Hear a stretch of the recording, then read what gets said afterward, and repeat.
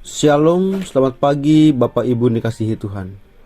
Puji Tuhan, pada pagi hari ini kembali lagi kita akan membaca dan merenungkan firman Tuhan. Namun, saya mengajak Bapak Ibu, mari kita berdoa terlebih dahulu. Mari kita berdoa. Terima kasih Bapak yang baik. Kami bersyukur ya Tuhan, sepanjang malam hingga pada pagi hari ini kami bisa bangun tidur dengan sehat. Itu semua karena berkat kasih Tuhan. Terlebih lagi pada pagi hari ini ada kesempatan yang sangat luar biasa. Kami akan membaca dan merenungkan firman-Mu.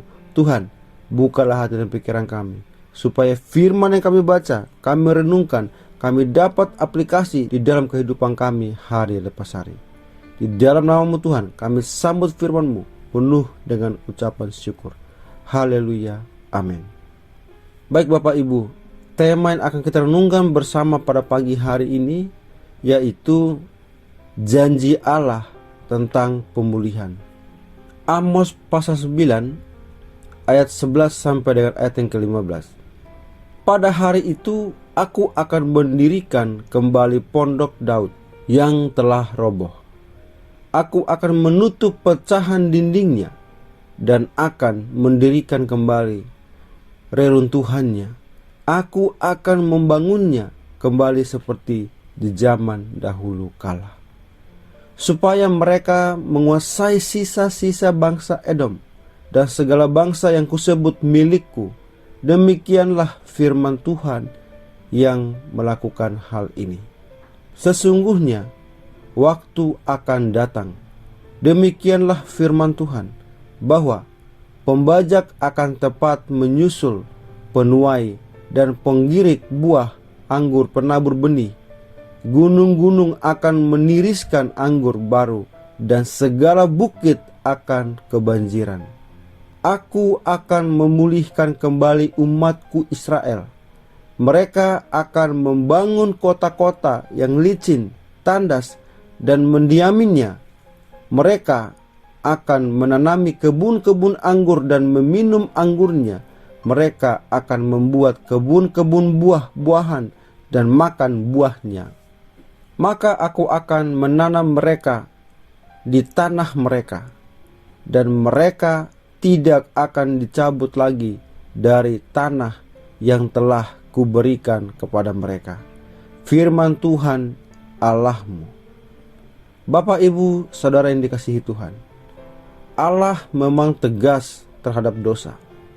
Itu sebabnya Ia tidak dapat berkompromi dengan dosa dan menghukum setiap orang yang berbuat dosa. Namun Allah juga penuh kasih. Ia memberikan janji-janji pemulihan bagi rencananya. Selanjutnya, janji Allah di sini mencakup 3 hal. Pertama, Allah akan memulihkan kerajaan Israel. Ia akan mendirikan kembali pondok Daud yang telah roboh. Israel akan kembali menguasai Edom seperti yang terjadi pada masa Daud. Pemulihan Israel ini kelak dilambangkan oleh pemulihan rumah Tuhan pada masa Nehemia dan Ezra. Kedua, Allah akan menjadikan tanah-tanah Israel menjadi tanah berkat. Apa yang ditanam akan menghasilkan panen yang banyak. Keadaan musim tanam dan panen susul menyusul membuat mereka kebanjiran berkat. Mereka tidak pernah akan kekurangan lagi. Yang ketiga, Allah akan memulihkan umat.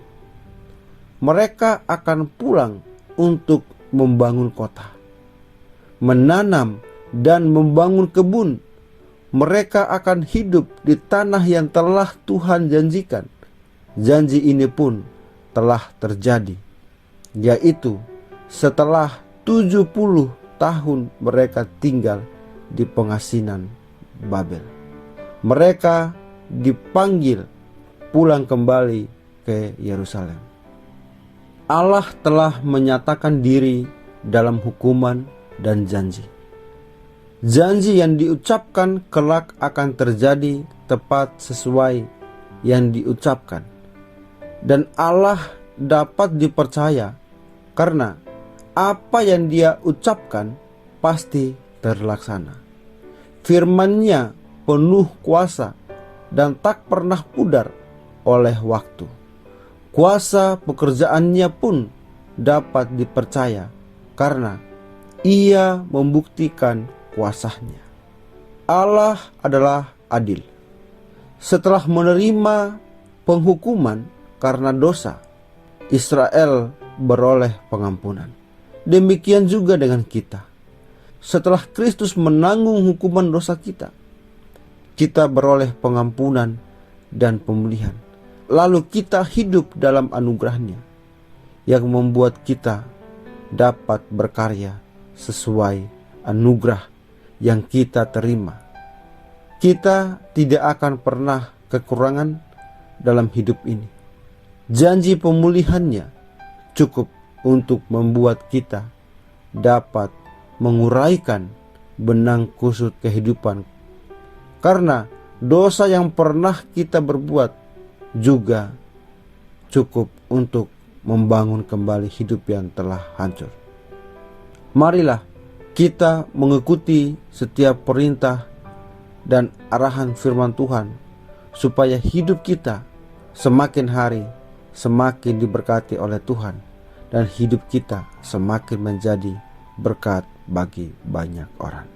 Amin. Mari kita berdoa. Terima kasih ya Tuhan, terima kasih ya Bapa.